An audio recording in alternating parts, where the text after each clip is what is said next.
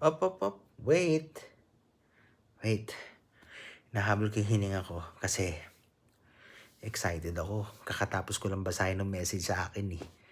And if I were you, message mo na. Huwag ka mahihiya, huwag ka matatakot. Sabihin mo yung gusto mong sabihin.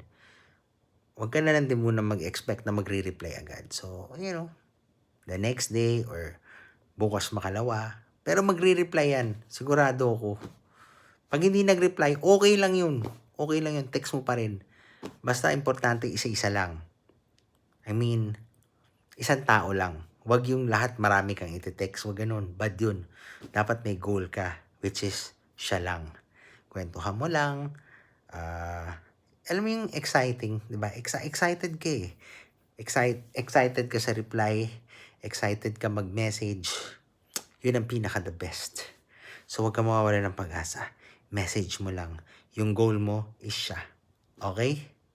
Bye-bye. Ingat. Happy Saturday. Basta badan. Good yan.